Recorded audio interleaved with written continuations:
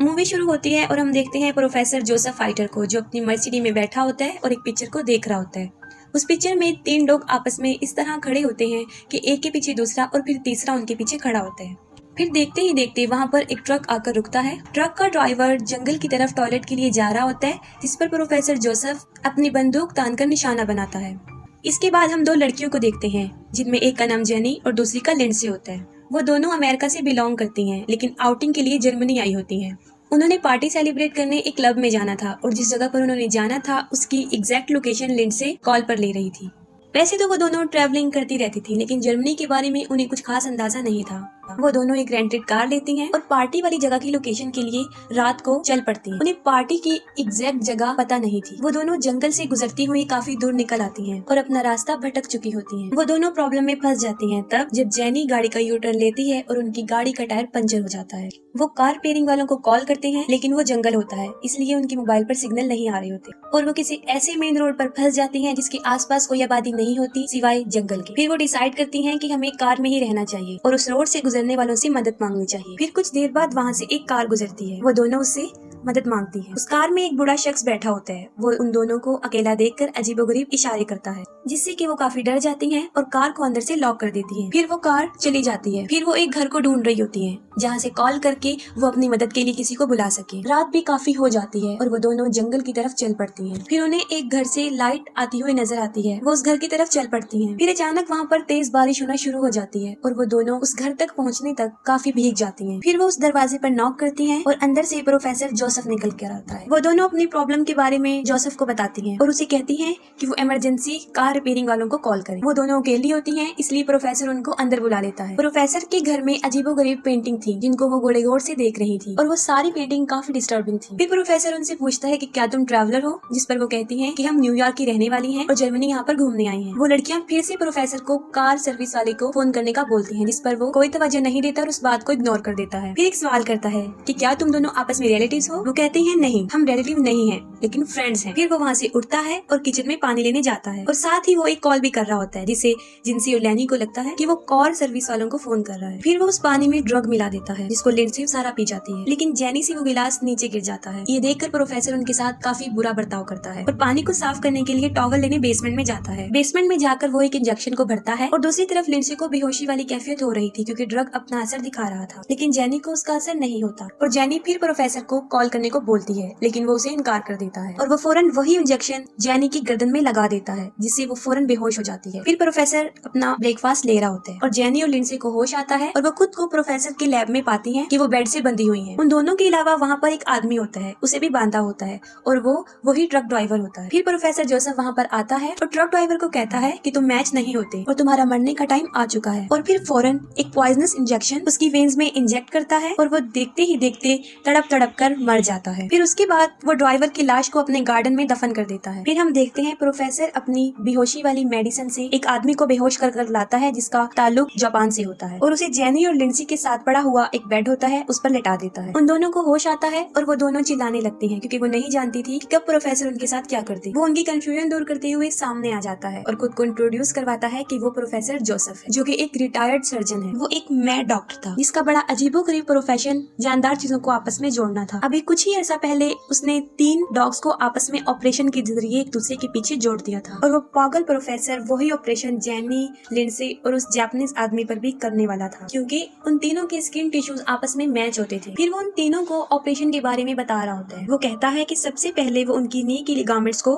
खता देगा, जो कि हड्डियों को जोड़ने वाला एक बंधन होता है, उन्हें खत्म कर देगा, जिसकी वजह से वो खड़े नहीं हो सकेंगे। फिर वो बताता है कि सब्जेक्ट सी पर वो ये अमल भी करेगा कि वो उनकी जबड़ी, उनके दांत, उनके होंठ तीनों को निकाल देगा, और सब्जेक्ट बी को ए की बैक साइड से जोड़ देगा और सब्जेक्ट सी को बी की बैक साइड से। फिर वो उनकी हिप की स्किन को उतार कर, उनकी जबड़ों की स्किन को उतार कर वहाँ पर लगाएगा और तीनों को आपस में इस तरह जोड़ देगा जिस तरह के डायग्राम में नजर आ रहा है, जिससे ये होगा कि सब्जेक्ट ए जब खाना खाएगा, वो खाना उसके जिस्म से होता हुआ जब ह्यूमन वेस्ट बन जाएगा तो वो सब्जेक्ट बी के मुंह में चला जाएगा, और वो वेस्ट मटेरियल सब्जेक्ट बी से होता हुआ सी के मुंह में चला जाएगा। और जाहिर है ये अमल काफी चीप और काफी गंदा था, जो कोई नॉर्मल इंसान तो नहीं कर सकता, क्योंकि वो डॉक्टर पागल होता है और इस तरह के गंदे एक्सपेरिमेंट्स वो कर सकता था। और ह्यूमन बॉडीज पर ये उसका फर्स्ट एक्सपीरियंस होता है। सबसे पहले वो जापानीज आदमी को लेथार्जी इंजेक्शन देता है, जिसकी वजह से वो बेहोश हो जाता है। जेनी जोर जोर से चिल्ला रही होती है। प्रोफेसर उसकी तरफ आता है, उसको भी लेथार्जी इंजेक्शन लगाने लगता है। तभी लिंडसे अपनी दांतों की मदद से रस्सियों को खोल देती है और वहाँ से भागने लगती है। उसके हाथों पे नीडल्स लगी हुई थी, जिसकी वजह से उसकी खाल खींच रही थी और काफी खून बह रहा था। वो एक रूम में चली जाती है और उसका डोर बंद कर देती है, लेकिन डॉक्टर उस रूम की विंडो को तोड़ देता है और अंदर आ जाता है। और लिंडसे वहाँ से भी भाग जाती है, लेकिन वो एक पूल में गिर जाती है। प्रोफेसर वहाँ पर भी अपने गन लेकर आ जाता है और पूरे पूल को कवर कर देता है, लेकिन फौरन लाइट चली जाती है और इसका फायदा उठाकर लिंडसे वहाँ से भागने लगती है। वो भागकर प्रोफेसर के लैब में आती है, जेनी को खोलती है, क्योंकि जेनी उस बेहोशी के इंजेक्शन की वजह से बेहोश होती है। वो जेनी को घसीट कर बाहर लेकर आती है, लेकिन फौरन पीछे से प्रोफेसर आ जाता है और वो लिंडसे को भी वही इंजेक्शन लगा देता है, जिससे वो भी बेहोश हो जाती है। फिर वो दोबारा उन दोनों को उठाकर लैब में ले आता है। फिर वो उनका ऑपरेट शुरू कर देता है। सबसे पहले वो सब्जेक्ट्स के लिगामेंट्स को निकालता है, फिर उनके दांतों को, फिर वो मार्कर से उन सबकी बॉडीज पर निशान लगाता है। फिर वो उनकी हिप और उनके चेहरे की खाल को निकाल देता है और अंदर से मांस को भी निकाल देता है। और वो काफी लंबा ऑपरेशन करता है। फिर कुछ दिनों बाद दिखाया जाता है प्रोफेसर ड्रिंक कर रहा होता है और उसके सामने उसी का बनाया हुआ ह्यूमन सेंटीपीड जमीन पर पड़ा होता है। उन तीनों के जख्म अभी ठीक से सही नहीं हुए होते और वो जबरदस्ती उन्हें खड़ा करने की कोशिश करता है। वो इस तरीके से जुड़े होते हैं। सबसे आगे वो जापानीज आदमी होता है, बीच में लिंडसे और सबसे आखिर में जेनी जो कि आखिर में थी और वो सेंटीपीड की टेल बन गई थी। वो लोग काफी तकलीफ महसूस कर रहे होते हैं, लेकिन प्रोफेसर उनको खड़ा करके उनकी पिक्चर बना रहा होता है। फिर वो उन तीनों को मिरर में दिखाता है और वो तीनों अपनी ये हालत देखकर मुसलसल रो रहे थे। वो उन्हें पिंजरे में रखता है और जानवरों जैसा सलूक करता है और काफी दिन तक ऐसा चलता रहा। और वो जापानीज को खाना ऐसे ही डालता है जैसे कुत्ते को देते हैं और वो उसके जबड़ों को फिर से तोड़ देता है। फिर हमें दिखाया जाता है कि प्रोफेसर उनके साथ बहुत बुरा सलूक कर रहा होता है और उनको लेकर बाहर खड़ा होता है। जापानीज आदमी को वॉशरूम जाने की जरूरत महसूस होती है और उसका सारा ह्यूमन वेस्ट लिंडसे के मुंह में चला जाता है और मजबूरन लिंडसे को उसे निगलना पड़ा। और देखने और सोचने में ये काफी गंदी बात नजर आती है। फिर एक दिन प्रोफेसर उनका चेकअप करता है, जिससे उसे पता चलता है कि जापानीज आदमी तो सही है, लेकिन लिंडसे को कॉन्स्टिपेशन हो गया है, क्योंकि लिंडसे उस आदमी का वेस्ट मटेरियल डाइजेस्ट नहीं कर रही थी। और साथ में जेनी, जिस तक कोई भी रिसोर्सेज ऑफ पावर नहीं पहुंच रही थी, क्योंकि उसने खाना नहीं खाया था और वो कमजोर होती जा रही थी और उसके जख्म भी अभी तक ताजा थे। ऐसे लग रहा था कि अनकरीब वो मर जाएगी। प्रोफेसर जेनी की जगह चेंज करने का सोच रहा होता है कि अचानक दरवाजे पर नॉक होती है और वहाँ पर पुलिस ऑफिसर्स होते हैं। पुलिस वाले वहाँ पर जेनी और लिंडसे को ढूंढने आई थी, जो काफी दिन से गायब थी, और उनकी कार प्रोफेसर के घर से कुछ फासले पर थी। प्रोफेसर उनको बताता है कि वो एक डॉक्टर है और अपनी फील्ड में वो इतना बिजी रहता है कि उसे बाहर जाने का टाइम नहीं मिलता और वो उन लड़कियों के बारे में भी कुछ नहीं जानता। प्रोफेसर पुलिस ऑफिसर से पीने के लिए पूछता है, जिस पर वो कहते हैं कि हमने कॉफी पीनी है। वो कहता है कि नहीं, सिर्फ तुम लोगों को पानी मिलेगा, जिस पर पुलिस वाले मजीद उसे शक की निगाह से देखते हैं। फिर प्रोफेसर पानी में ड्रग मिलाकर ला रहा होता है। तब पुलिस वाला उसे बताता है कि किसी ने तुम्हारे घर से उन गायब लड़कियों की आवाजें सुनी है और तुम्हारी मर्सिडीज उस ट्रक के पास से मिली है, जिसका ड्राइवर भी काफी अरसे से गायब है। ये सुनकर वो जोर से चिल्लाने लगता है और उन्हें पानी पीने का कहता है, जिस पर वो गिलास को फेंक देते हैं। अब वो फिर टॉवल का बहाना बनाता है और जाकर वो इंजेक्शन लेने जाता है, जिससे कि वो उनको बेहोश कर सके। लेकिन इस बार वो उन पुलिस वालों के सामने एक्सपोज हो जाता है और अपनी सफाई में वो कहता है